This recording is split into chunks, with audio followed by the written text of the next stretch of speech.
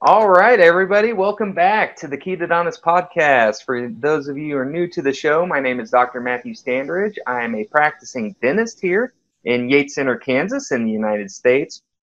I am also a certified primal health coach. Since the beginning of 2016, I've lost over 90 pounds by adopting a primal, ketogenic, whole foods based lifestyle to help correct my metabolism, heal inflammatory issues, and improve mental clarity and cognition. While this show is not meant to be seen as giving specific medical advice, after seeing the improvements in my and my family's quality of life through diet and lifestyle change, I was inspired to spread the message of healthy, real nutrition to my patients, my community, and now you. This show will track the journey to even further weight loss and increased health, as well as help guide others along the path to better health and wellness. If you're new to the show, I welcome you with open arms. Thank you so much for being here. Really, this show is about clearing up a lot of the confusion and a lot of the misinformation around this kind of low-carb, keto, paleo thing. Because there's a lot of misinformation out there, and this is really just kind of simplify things, not kind of distill some of the woo science out there, and really kind of get to brass tacks on what's important to pay attention to. And for those of you who are regular listeners to the show, I'm glad you're back. It's really you guys that keep me coming back here when I can to keep delivering value to you. And I encourage you to continue to spread the show like you do. This is a very grassroots thing. It's not like I have sponsors or anything to pimp out my show. This is just kind of a labor of love. And so it's you good folks that really give me the feedback and keep coming in. Keep listening. That's why we keep coming back to do this thing. So before we get to our guest today, been getting a lot of messages, basically, where the heck have you been? And just give you a little bit of an update. So back in September, I was just starting another Keto Gains boot camp, and I was excited about it. And then I had four people leave my office. I only have 6 employees. 4 of them quit. And for various reasons. It wasn't necessarily anything personal or anything, but it's just like this huge crap storm hit the fan. And so, like, since we're a smaller office, when one person leaves, it puts a large toll on everybody else to kind of pick up the slack and to fill in the gaps. And so I had one assistant, I had one hygienist, and then both of my front desk ladies leave. And so, needless to say, that put a monkey wrench in my plans of paying attention to doing more shows and all that stuff, because the office is what pays the bills. And so I had to divert all attention back to that. My wife, Sarah Joy, stepped in. She's worked for my office before, so she stepped in, left. We started putting Hazel in daycare so she could come work at the office. And so, yeah, it was a rough time. It was a rough go there for about 10 or 12 weeks, but, you know, in the end, really is for the best, because the people that we've got on now are simply amazing. They're rock stars. And so when one door closes, another one opens, and it can seem like everything is absolutely abysmal there for a while. But that's the time that you got to put your head down and keep pushing forward, and you'll come through smelling like roses on the other side, and that's what we're doing here. And so the best I've really been doing for my health and my weight really was maintenance. Was maintaining for those 10 to 12 weeks and through Thanksgiving, with the travel of Thanksgiving. But now that that's over, if you guys have been following my Instagram stuff, I'm kind of doing an aggressive cut right now, kind of a PSMF style cut for about 8 weeks, because I'm not really traveling a whole lot. We're staying here for Christmas. We're actually hosting Christmas at my house, and so I'll get full say on what I eat. I'm not having to go anywhere, and so yeah, we're having all the family, all the aunts, uncles, cousins over Christmas Eve. Christmas Day will be a lot smaller thing, just a more immediate family. And so because of that, and I'm not really traveling anywhere until going back down to Tulsa to teach the last weekend of January, I figured, hey, I got about 8 weeks. Let's just treat this as a periodization, kind of like a mesocycle, and just, focus on doing an aggressive cut. So that's where we're at. Today is day 7 of my PSMF thing. And if you want to do more of the day-by-day updates, follow it on Instagram at Ketodontist, because that's where I'm posting my macros and my micros from Chronometer daily. I'm doing fasted first thing in the morning blood ketone test, not because I put any stock in what it says, but I thought it'd just be an interesting measure. And so, yeah, just kind of see where my ketones are at versus going low fat. Does that have any correlation to how much weight I lose, all that stuff. So like I said, I'm not putting a whole bunch of stock into the measurement, but I thought it'd be an interesting measure to track. So yeah, that's about it. Without further ado, let's get to my guest today, because we are shooting this on a Saturday morning, and I know he has a life and family and stuff he wants to get to, but he's been doing some really interesting stuff, and I thought it would be a lot of fun to get him on to talk about it. So without further ado, my guest today is Mike Berta. Some of you may have seen something he posted recently that was very, very interesting. It's actually over on the Ketogains blog, so if you check out ketogains.com, and I will link his post in the show notes, so you'll have that there. And also full disclosure, him and I both are moderators over at the Ketogains group. Now, neither of us are coaches for them. Neither of us have financial ties with them, as far as I know of. But just give you guys a heads up, that's we are moderators over at the Ketogains group. So, Mike, how are you doing today, man? I'm doing awesome. How are you doing? Thanks for having me on your show, by the way. Yeah, I'm happy to have you on here. This is going to be a great time. So, Mike, for those of you who don't know, for those of my listeners who don't know who you are, give us a little update. Give us a little bit of background. Who you are, where are you from, what do you do? Just give us, who is Mike Berta? Sure. So I am an engineer here in the Seattle, Washington area. I work for a big telecom company.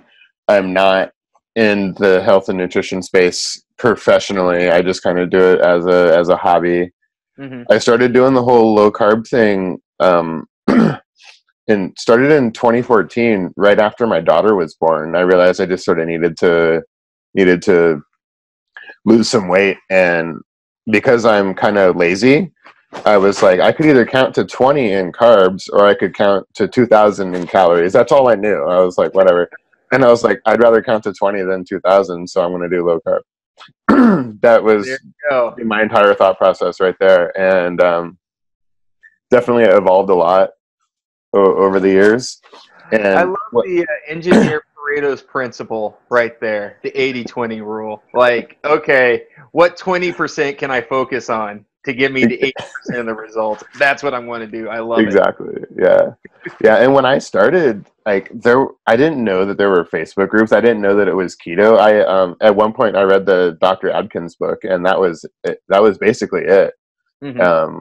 And then it wasn't really for a couple of years that I was introduced to like keto as a thing. But yeah, and so I lost about 80 pounds, went from 230 to 150, and now I walk around at about 160 or so. And I've been doing a lot of resistance training, and so I think I'm constantly doing like mini cut bulk cycles. I should probably get another DEXA scan soon just to see what's actually going on. But nice. But yeah, that's my basic background there. That because I've always done the bod pod because that's all I had available to me, and then finally a couple places in Wichita have started offering DEXA, so I'm going to have to start going over there and getting those. So very cool. Very cool. So, well, like when did you first start getting into the resistance training side of things? How did you figure that out, and how did you get involved with that? So the way that I got into resistance training was from Dr. Ted Naiman. Okay. He's for those who don't know, he's a family medicine doctor in Seattle, and he's pretty prominent in the low carb community. I needed a new doctor, and I just wanted someone who wasn't completely hostile to low carb. Absolutely. So I found Dr. Ted, pardon me, I found Dr. Ted through Jimmy Moore's blog. Mm-hmm. And I went to go see him, and I was kind of like, anyway, he got me into resistance training, and was like, you need to be, he's really into like the body weight stuff. And so I pretty much, as soon as I was done seeing him, I started doing push-ups and body weight squats pretty much immediately. Eventually found keto gains as well, and never really had access to a full gym for a while, but I did a keto gains boot camp with just cables and machines, and got good results. Cool. So that's how I got into resistance training. About what year? About what year was that? That would have been probably like I started seeing Dr. Ted, I think, in early 2016. Okay. And I think it was about early 2017 that I did my first boot camp. Gotcha. Very cool. Yeah, for listeners, if you don't know who Dr. Ted Naiman, shame on you for skipping his episode. I think it was number 22 or something like that. But yeah, Dr. Ted's a great guy, very, very level-headed in this low-carb space. And so his website, if I remember right, is burnfatnotsugar.com. And so any listeners who want to learn a little bit more about his philosophies and stuff like that, you can listen to our episode. You can jump on his website. But yeah, really, really cool guy. And I'm pretty jealous that you get to have him as your personal physician. Not going to lie. It's kind of nice. I've probably taken too much advantage of that. When I first started seeing him, I was constantly sending him messages through the portal. But I was learning a ton, and I didn't really know what the heck I was doing. So it worked out well, and yeah. Yeah. So tell me a little bit more about that. You said you were learning a ton. What resources were you using to learn? How has your approach to this whole thing evolved over the last couple of years? Okay, so when I first started doing low carb, like I said, I didn't really know what I was doing other than not eating carbs. And then when I found keto, I started basically doing the whole like higher fat, lower protein thing. And it was crazy. I was just absolutely shedding weight while my wife was gaining weight, eating the exact same thing, basically. Really?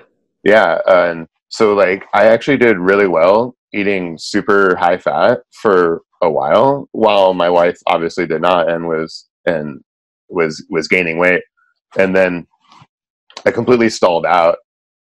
And that's around when I started seeing Dr. Ted. And I remember telling him, he was like, what do you put in your morning coffee? And I'm like, oh, like a cup of half and half. And I could like see his eyes getting like bigger and bigger as I was saying it.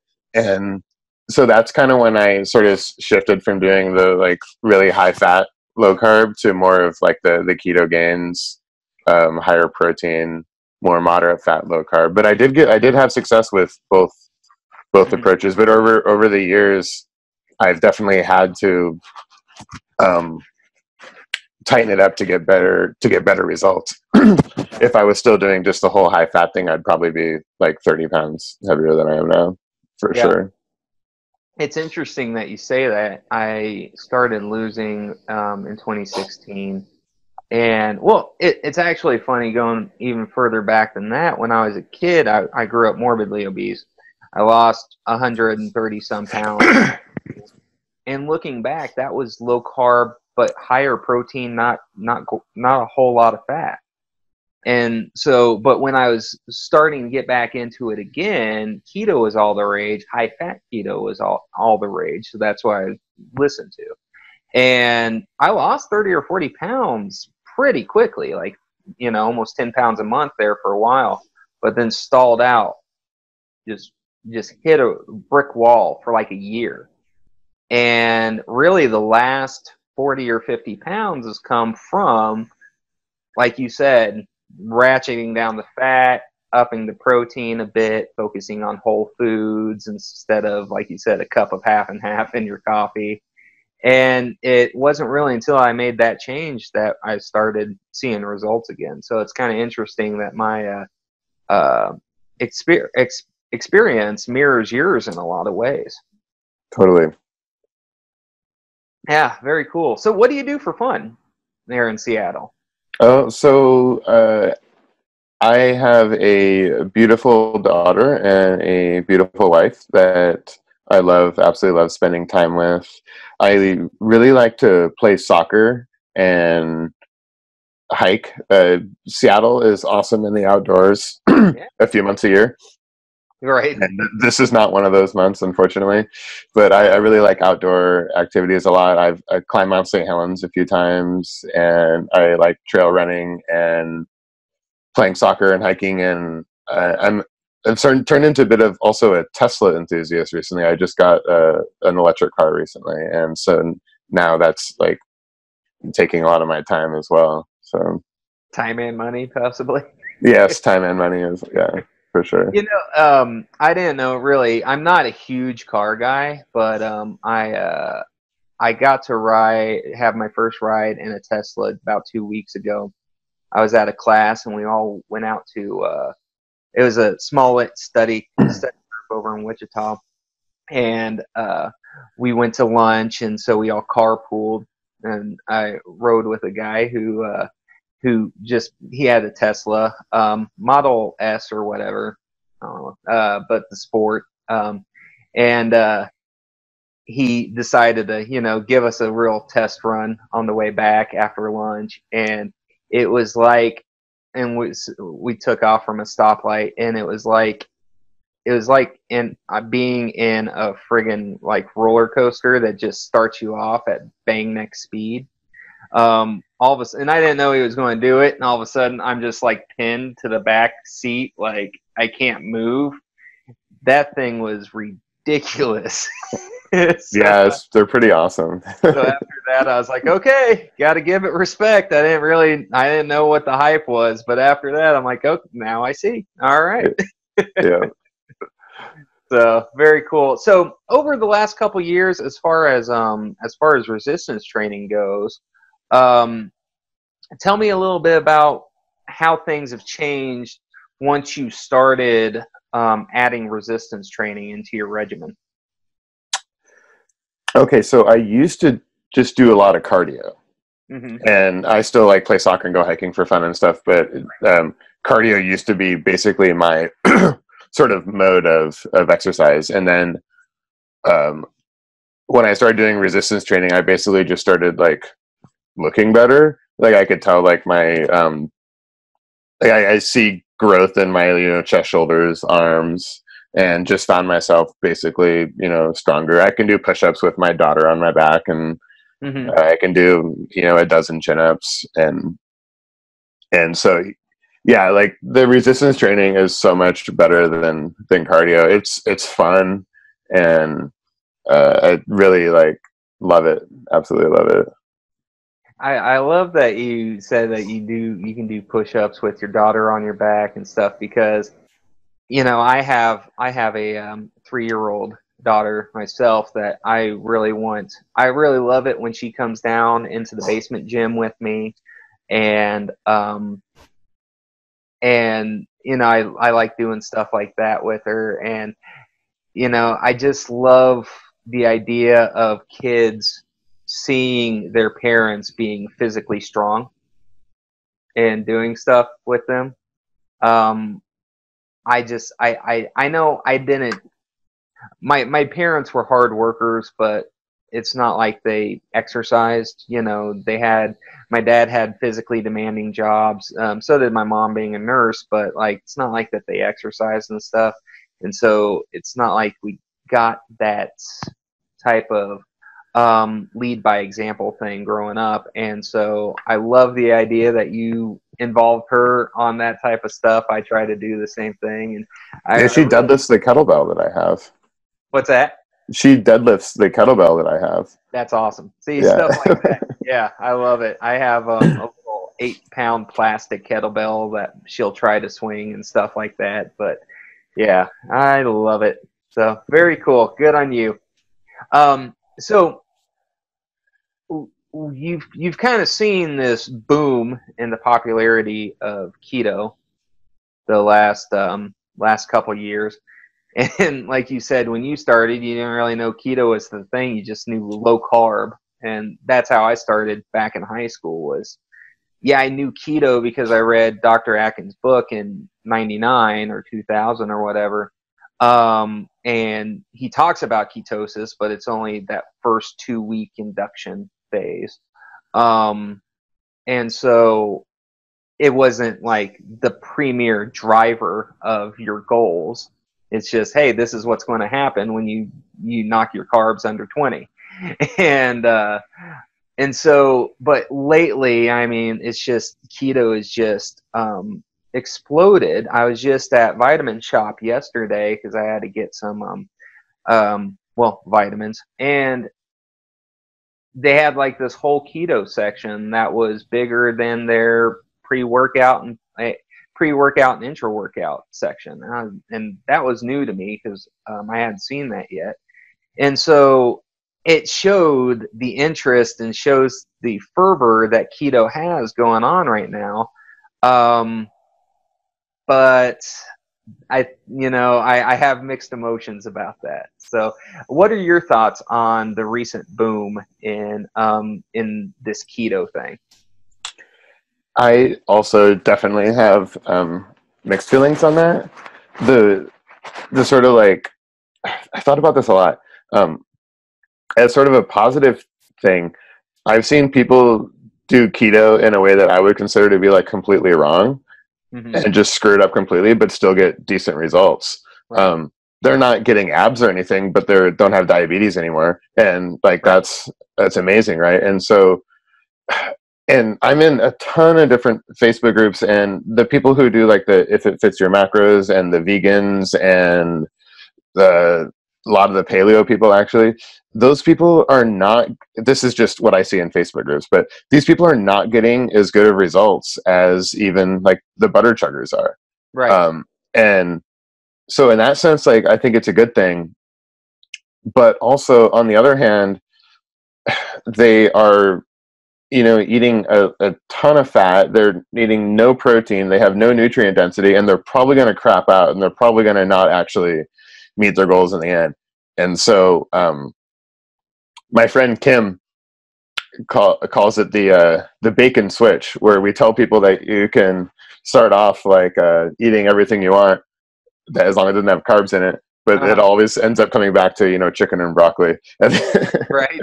Yeah. So, yeah, it's interesting. Oh, well, I mean, I'm perfectly fine. There's the misnomer of calling it lazy keto, and I don't know if I agree with that labeling or not, but that can work for a lot of people. Like I said, I lost my first 30 or 40 pounds without having to count calories. All of that stuff, got to eat as much fat as I wanted. You have a lot of people that do that, and like you said, reverse their disease markers for type 2 diabetes. That's a huge victory, right? I mean, that's awesome. But at some point, we kind of start getting diminishing returns, and then even further than that, you just stop losing, and some people even start gaining weight back. Yes, absolutely, yeah. And so I think for someone starting out, if they want to start out that way, to get started, at least, start making some changes, start improving some health markers, great. Just be open to the idea that you may have to kick it up another notch once your body becomes fat adapted, becomes keto adapted.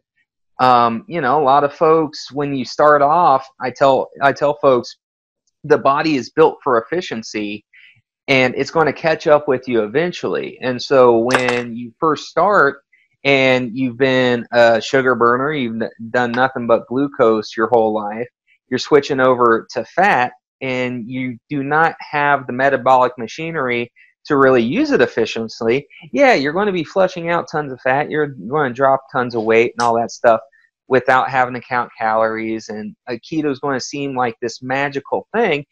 But then once your body gets used to burning ketones, to being fat adapted, using fatty acids for fuel, it's going to become efficient again.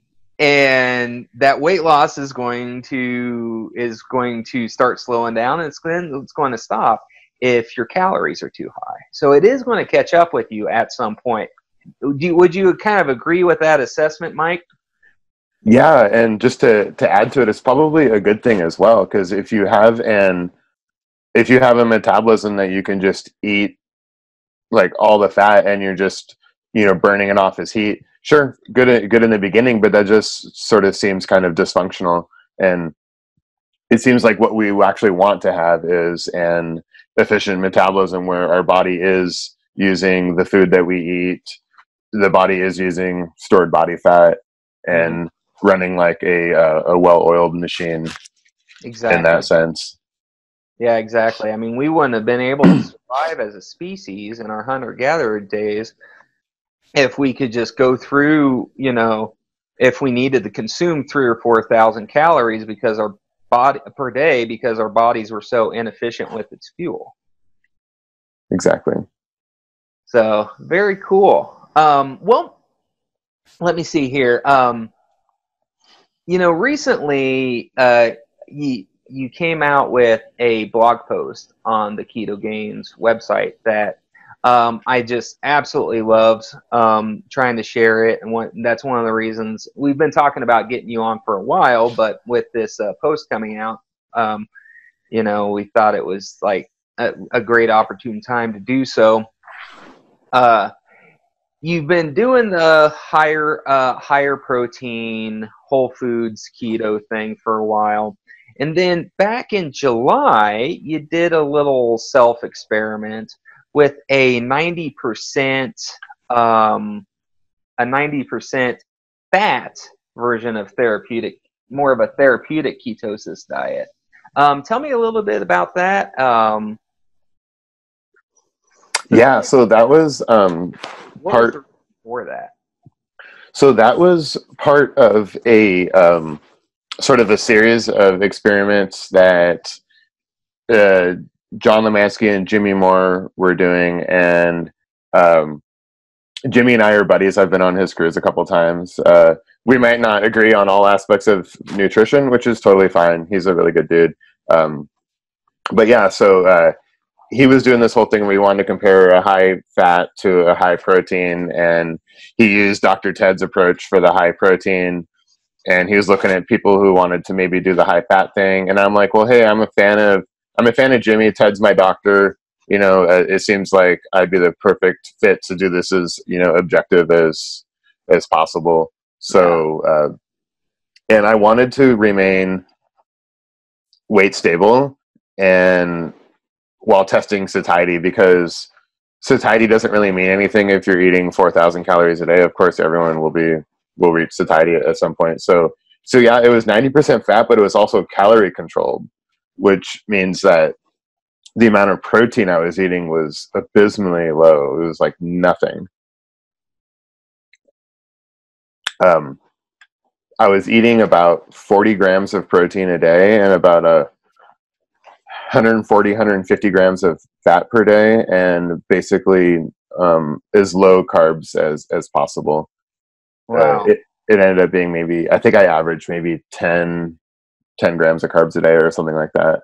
And the whole idea was to test satiety, and I was just like absolutely miserable and super, super hungry the whole time. Yikes. So it failed for satiety, among other things, but yeah. So it's funny that was your experience, because a lot of camps, that's their motto. That's their mantra is, keep carbs low, moderate protein and fat to satiety. And if fat was all that satiating, you would think at a 90% fat diet that, you wouldn't have any hunger issues. But yet there you are. That's right. And what the craziest part was, I was putting, like, in order to get that much fat in, I would have these like fatty coffees in the morning, and I would just be ravenous by 10:30 or 11 in the morning. And I'm used to just having black coffee, which has basically no calories, and be good till 2, 3 in the afternoon. If I'm busy, sometimes, like, everything kind of goes out the window, and sometimes I might not be able to eat until dinner, and usually just fine. So it was almost like anti-satiety. It was like, that's another interesting thing, because the whole selling point of bulletproof coffee was that you can basically use it as a meal replacement for breakfast and be good to lunch, but you had the experience of just it making you ravenous all day until you actually ate. That's really, really interesting. and that's such a horrible meal replacement as well, because it has no vitamins and minerals in it.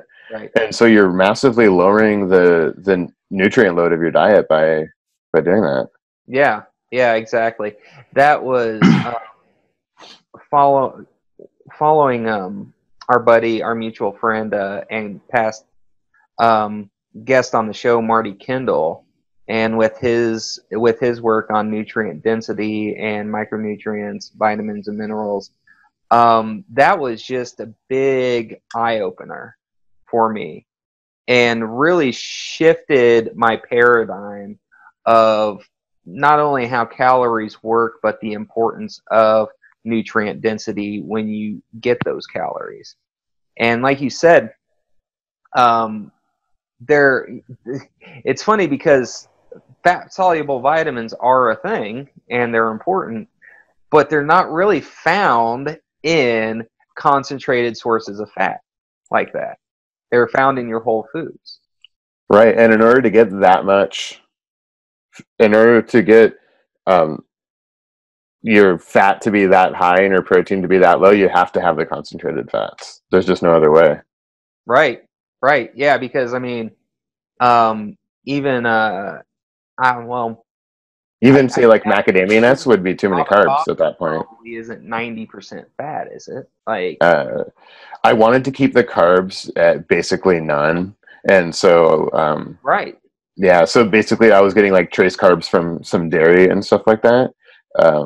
Yeah. But yeah, so like I wasn't even doing avocados. It was just the concentrated fats.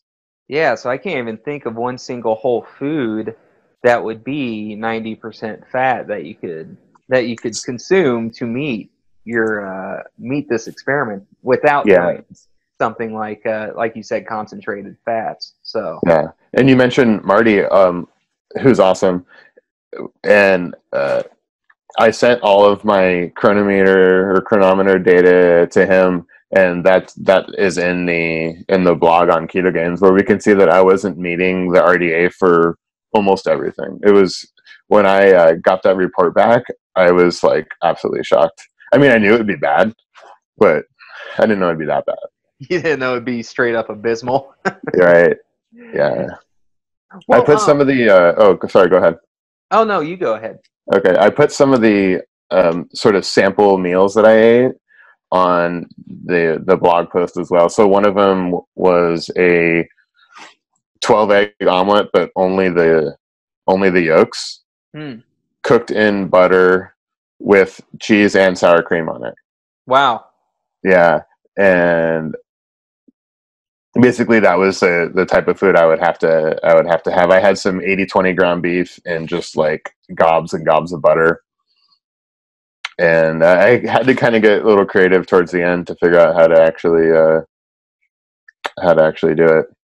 Wow. And even then, with getting as creative as you did, plus adding so much concentrated forms of fat, you still didn't quite make the 90, did you? I didn't. It ended up being, I think, 86% fat, 10% protein, 4% carbs. Wow. And it's really, really hard to meet that data. And when people say they're eating like really, really high fat like that, 80+% fat, 85% fat, unless everything they're eating is going on a food scale, not sure I'm really buying it, because it's pretty hard. Like everything I did was like on a food scale and it was like totally legit. Mm-hmm. I don't know if people, when they say they're eating 80 or 85% fat, really are, because that's really hard. At least if it's calorie controlled. Yeah, absolutely. So, man, I can't. 12 egg yolks. So that thing was just like that was as yellow as a sunflower, I bet. And were you able to like grease squeaky doorknobs after that, like with just like the residue off of your plate or bowl from that? Yeah, it was pretty greasy for sure. Yeah. Probably didn't even have to chew, you just swallow and it just all slides down the gullet. Holy cow. Yeah. So, well, you said you were hungry. How was everything else? Like, how were your energy levels? Were you lethargic? Did you have any change in mood from anything like hunger? Like, tell me a little bit about that. Everything else was actually okay. This was during soccer season, and I had a game that week, and I played just fine. I actually scored a goal. And a few days before that, I took a day off work, and I climbed just a little peak in the area. It was about 4,000 feet of elevation gain over 8 miles. So I was able to, keep up with my activity. I also continued to supplement electrolytes though, and I knew that when I was doing this weird thing that I'm like out in the middle of nowhere and climbing up a mountain, I should probably have some electrolytes with me. So yeah, I generally felt fine, other than just being super, super hungry. But I did get a little depressed at the end, just because I couldn't eat with my family, because that's just not quite compatible with normal food. And so like it kind of got to me in the end that I just couldn't eat food with my family. And then when I finally could again, I felt a lot better.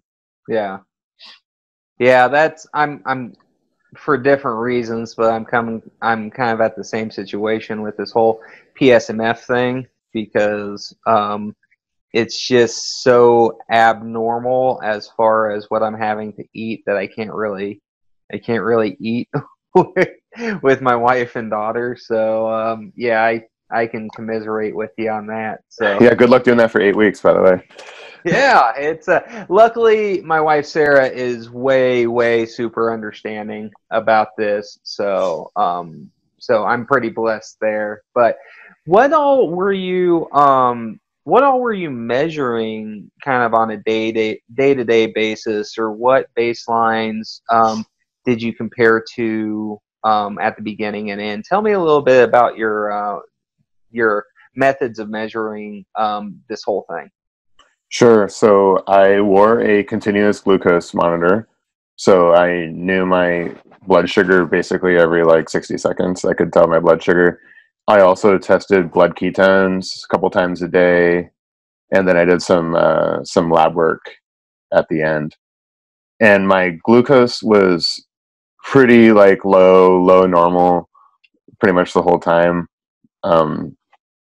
for the 10 days I was wearing it, only 7 were within this experiment. Though my average blood sugar was like 70 something, and my blood ketones were absolutely through the roof, which I thought was really interesting. I had non-fasted blood ketones at over 6 millimolars. Wow. Yeah. Holy cow.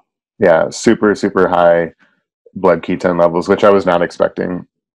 I was expecting, 1 to 2, like a normal ketone levels. Mm-hmm. And then for the lab work, we did just your sort of comprehensive metabolic panel, fasting insulin, cholesterol, lipids, stuff like that. Yeah. So when did you test, like right before and right after, or how did you space out that testing as far as the blood panel goes? As far as the blood panel goes, I only did a test afterwards because I had just had my annual a couple months earlier, and so I didn't really expect anything to really change. Okay. Yeah, you had one pretty recently before that, so okay. Yeah, and I had to go back. We could talk about this when since we're talking about the about blood tests, but my my triglycerides shot up so high that I had to come back and get retested anyway. But my triglycerides went up to 1,200. Jesus, that is insane. So for those of you who don't really know, anything over 1,000 is like they're about to admit you into the emergency room, like right away. When they said you had to come back, was that because they thought something was wrong with the test, or is it because they're like, we're seriously concerned for your health and we need to, like, what made them bring you back so quick? It was actually, I kind of just demanded to go back. I was talking to Dr. Ted, and he's obviously like, this is crazy. This is like, you have to stop this right now. And he's like, once you go back to your normal baseline diet, you'll be fine. And I'm like, okay. But after a few days, I was like, no, I want to come back. And sure enough, when I came back a week later, my triglycerides went from 1,200 down to 85 or something like that. And I was talking to Dave Feldman, and so far we think that I'm the only one who's documented 1,000 points of triglyceride reduction in 7 days with diet alone. So, well, your panel before you did the test, what was it at? Like in the 70s or something, or? My triglycerides in that panel were about 100 or so. I forget exactly, okay. But yeah. So they went from 100 to 1,200, and then a week later, after going back to regular, down to 80s. Yeah. Wow, that is insane. Yeah, and I have a theory for how all of this happened with the triglycerides. And I was talking to our friend Mike Julian about it, another one of the Keto Gains moderators, and I'm thinking that basically too little insulin to shovel anything out of the bloodstream. So my fasting insulin at that retest, or that test where I had the 1,200 triglycerides, my fasting insulin was less than 2. It was like 1.5 or something like that. Really? And so I was basically eating like no carbs. I was eating 40 grams of protein a day, and ketone levels through the roof. We know that it's insulin that prevents ketones from getting too high into the ketoacidosis range. Right. And so I'm sort of thinking all of this together could just be not enough insulin signaling to clear anything from the blood. Yeah. So I really worry when people do like a fat fast or something like that. Right. All I think about is, wow, you're basically eating 90% fat, calorie controlled. I wonder how many of these people are doing blood panels like the next day after doing that. Pardon me. Yeah. So, I mean, that actually brings up a really good point, because we don't really worry about ketones and nutritional ketosis because the mechanics of insulin helps keep that in check. What makes ketones so dangerous in diabetics is when they don't have the insulin to shunt those ketones down, and that is where the big fear of ketoacidosis comes from. And so basically, you were almost ketoacidotic or on your way. If that is true, if it's because you just weren't producing much insulin, since you weren't consuming the carbs, because you weren't consuming protein, because again, this was all from, well, most of this was from concentrated fats. It wasn't from whole foods. Really, I don't think you would have anything to worry about when you're doing whole foods nutritional ketosis approach. Would you say? Yeah, for sure. Yeah. That's interesting. Now, I want to, so my listeners kind of know the 40 grams of protein per day. Now, I'm not going to name names, but there are some people in this low carb keto space that would think 40 grams per day for someone like Mike would be optimal. I do not. But there are people out there that I want folks to know that 40 grams of protein per day is about the same amount of protein you would get on the 30 bananas a day diet. If you plug in 30 bananas into Chronometer, medium-sized bananas, you get 39 grams of protein, 39.4 or something like that, grams of protein. So he's eating, for all intents and purposes, almost no protein. Like, with all things considered, especially with where his lean body mass is at and all that stuff. For those in the U.S., folks like Finney and Volek, they kind of recommend, in the art and science of low carbohydrate living, they recommend kind of around a 0.8. Well, there you go. Yeah, there you go. For those listening, he just held up one of their books, the Art and Science of Low Carbohydrate Performance. But anyways, they recommend around a 0.8 grams per pound of lean body mass. Mike was getting nowhere near that. Right. So my lean body mass is probably 130 pounds, 135 pounds, something like that. Pardon me. Sorry. I apologize. Oh, that's all right. And I was eating, 40 grams of protein a day. So I was eating, less than a third of what I should have been eating. Yeah. Wow.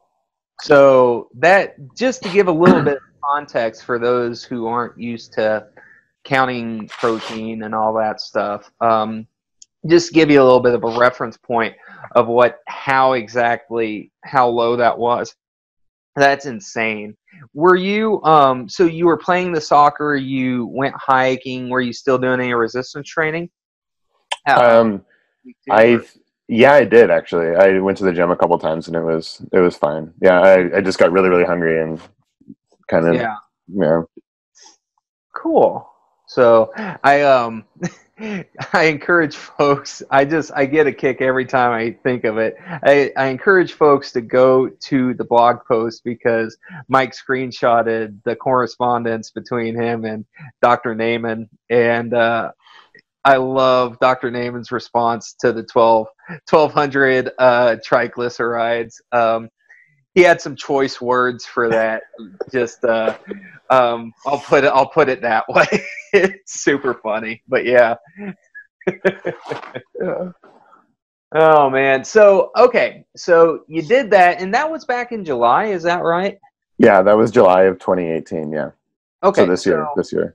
Tell us a little bit about what you did directly after that, and then you started recording stuff again around September. Give us a little bit of the story after the fact. What did you do to go back to more of a regular, and then you started tracking again in September? Tell us about that as well. Sure. So immediately after the experiment, I had the super high triglycerides. I pretty much immediately went on a protein sparing modified fast for just a couple days, just to burn off as much triglycerides as possible. And then I went back to just sort of a normal low carb diet is maybe equal grams of protein and fat as like a maintenance kind of thing. Right. Because I'm not trying to like lose body fat really. And then I did a Keto Gains boot camp in September of this year with fat loss as a goal. There's always, there's was this one? This therapy? It was, yes, that was it. Yeah. For those just listening and not watching the video, it's kind of ironic because I'm actually drinking out of a coffee cup from that boot camp. Nice. That was the boot camp. I was going to really crank it up, but then the stuff hit the fan. And so, I guess because I wasn't really active in that boot camp, I didn't get to follow Mike's stuff at the time. So that's kind of interesting. Okay. Yeah. And so then in that boot camp, I was doing fat loss there. I mean, even a male at 15-16% body fat can still do fat loss safely. It's not like I'm like underweight, so it was okay to do a cut for 6 weeks. Oh yeah, absolutely. And sorry, go ahead. Well, I was just going to ask. So, what were your kind of macro setups like as far as protein to fat? You don't have to give us the specific numbers if you can't, but like kind of the ratios there, and then kind of overall calorie range that you were looking at as far as what you were tracking in boot camp. Okay, so yeah, I'm Luis won't let me say exactly like to the gram, like you said, but generally it would be, pretty high in protein, like maybe like a pound or more of meat per day, plus a lot of vegetables, cruciferous vegetables, leafy vegetables, stuff like that. And then I was also eating eggs and avocados, and the overall amount of fat I was eating was not really very high because we were doing fat loss there. So, so a lot of the calories really came from stored body fat. Yeah. As opposed to dietary fat. Yeah. So a couple of caveats there for my listeners not really familiar with this methodology. So, and if you want to hear kind of what the Keto Gains approach is, you can go listen to my couple episodes with Luis or Tyler or really anybody I've talked to about it. So you target your protein according to your individual needs. So that is basically your lean body mass, plus if you're doing stuff like resistance training or you're active or you have other things going on or other goals. So you target your protein, you limit carbs for the benefit of ketosis or fat adaptation. But then what you play with really is you play with the fat content. So how much fat you're eating. And so that's why it's important, and why Mike can't share his exact numbers is because one of the things with boot camp is that we don't really share numbers, because each you're assigned your own individual program as far as your macros go. So how many grams of protein, how many grams of net carbs, how many grams of fat. And that is specific to the individual depending on the context of their situation and their goals. And so with Mike being at how much he weighs, how much lean body mass and fat percentage that he has, plus his goals, that is what construes, that's what determines his macros. And those are unique to him. And that's why we don't share the numbers, because it doesn't matter what his are, in like context of me or in context of you. And so that's why we don't share numbers, because we don't want people just arbitrarily following numbers when it might not be correct for their situation. And so just to let folks know a little bit of caveat about that. And then also, like Mike said, he went back to focusing on whole foods. And so with that, Mike, tell us a little bit about what your meals looked like. Well, yeah, let's start off with some sample meals of what they looked like, and also how then after that, kind of talking about the inverse with satiation, with energy levels, and all of that. Sure. So a sample meal would be like a steak with maybe a salad or some avocado.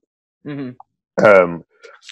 I like to do a fair amount of meal prep for lunches. So a lot of the lunches I would make would be, say, like kind of like a Cobb salad sort of thing, you know, Right. Some spinach and then a bunch of different protein sources. So the meals like resembled food, which was nice. And the nutrient density was much higher. You know, I sent all that info to Marty, and it's a lot easier to meet nutrient needs of the day when you can eat sufficient protein. Mm-hmm.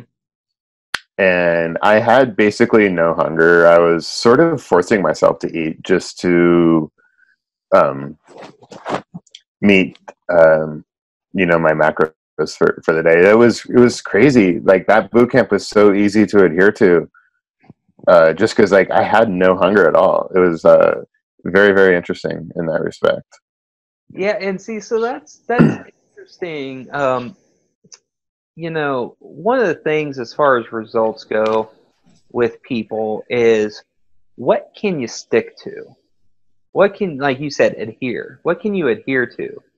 Well, if you're not having any problems with hunger, and you're actually having to what feels like overfeed yourself to reach your goals, that is a pretty good problem to have, and people are going to much more likely be able to adhere to that, wouldn't you say? Absolutely, yeah. I mean, if you can be in, I think this is one reason why low carb works so well. If you can be in a deficit and not know it per se, then you're like 90% of the way there, probably. Yeah, and what I love about low carb is exactly what you said. Because of the satiation, if you focus on whole foods, you can get a lot of volume of foods. I remember one boot camp that I was on ridiculously low calories, but I was consuming over 2.5 pounds of food per day. Wow. Even yeah. I was on a cut, and so I mean, it's just like the whole man up and finish your damn salad type of things. Just like, oh, I'm so full. It's interesting.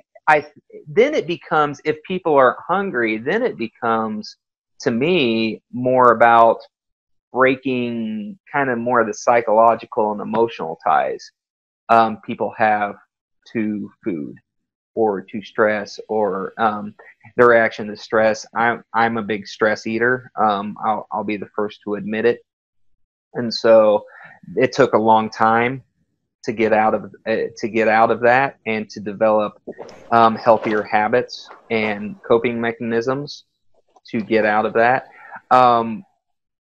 But if you tack on all of that stuff, fighting the stress, fighting the emotional attachments people have to food, and they're hungry, that is a recipe for disaster. Yeah, that's good. Crash and burn. Yeah, I mean, you're going to have a will of steel to adhere to that. Whereas if you take the hunger off the table and you're feeling good, you have good energy levels, your micronutrition is being taken care of, and all you kind of have to focus on is upstairs is your noggin. That takes a lot off the plate. That takes a lot less that you have to worry about. So Absolutely. very cool. So you did that for boot camp is 6 weeks with a 7th deload week. Did you do any more testing? Tell us a little bit about any testing you did before, during, after. Oh yeah. Okay. Good question. So during the boot camp, I also wore a continuous glucose monitor, just like I did during the high fat one. Mm-hmm. And my blood sugar was exactly the same between the two. So I must have missed the memo that too much protein turns into sugar. Right. Yeah, because that definitely did not happen with me. My blood sugar it was crazy. You wear a continuous glucose monitor for 10 days, 2 different times, and my blood sugar was within 1 milligram per deciliter. It was, one of them was 72, one of them was 73. Which one, I don't know. So I thought that was really interesting. And I also tested blood ketones during the boot camp as well, and they were definitely a lot lower. Uh-huh. The lowest I saw was about a 0.3 millimolar. The highest I saw was about a 1. Okay. And that's totally fine.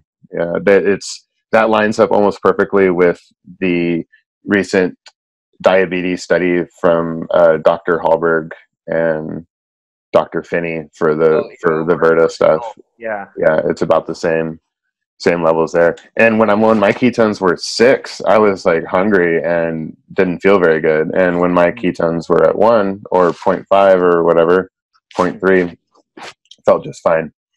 Yeah. I just me myself, I'm testing ketones, but I've always been low ketone.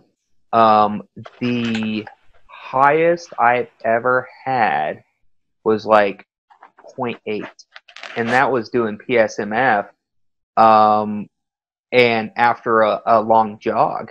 So it was non-fasted.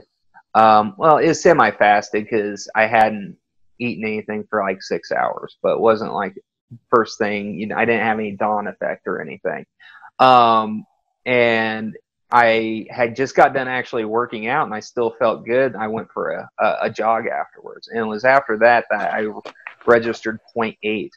The highest I've ever been, and this was even in my during my high fat phase of keto, was 0.5, and that was even after playing around with exogenous ketones. The highest I ever saw was 0.5, and now that I'm kind of on this calorie controlled targeted protein approach, I'm usually around 0.3 to 0.5, and that's just kind of my happy space. And that's totally normal, and that's totally fine. And we have people who are, I hate to use the analogy, but comparing the size of their ketones, and then other people are maybe not, they're going to say, hey, the diet's not working because I'm not in ketosis. Right. But okay, well, how are you, to paraphrase Rob Wolf, how do you look, feel, and perform? Oh, I'm doing great, but I have low ketones. Okay, well, then who cares? Like, yeah, who gives a yeah, exactly. Yeah. I like this morning, I measured before going to the gym, and my blood ketone was 0.1. 0.1, that's nothing. Yet I feel great, and as of this week, now it was a lot of water weight from Thanksgiving and from travel, tons and tons of driving, but this week I'm down about 10 pounds. Awesome. And like I said, a lot of that is water weight. Vast majority is water weight. So, but that's definitely a step in the right direction. Why would I care if my ketones this morning was 0.1?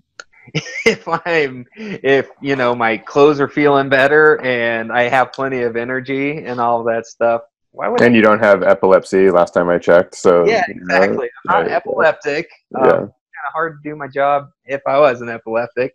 That'd be scary for everybody involved. But yeah, so that's another thing that I'm kind of, we were talking earlier about the involvement, the big explosion of interest in keto, and my two biggest concerns are the confusion between therapeutic ketosis and nutritional ketosis, and also the thought of, oh, we need we need to have higher ketones, so I can just use all this Frankenfood and all these BS products that are geared to elevating my ketones, and I can still do whatever the heck I want because I don't have to focus on food because I'm getting higher ketones.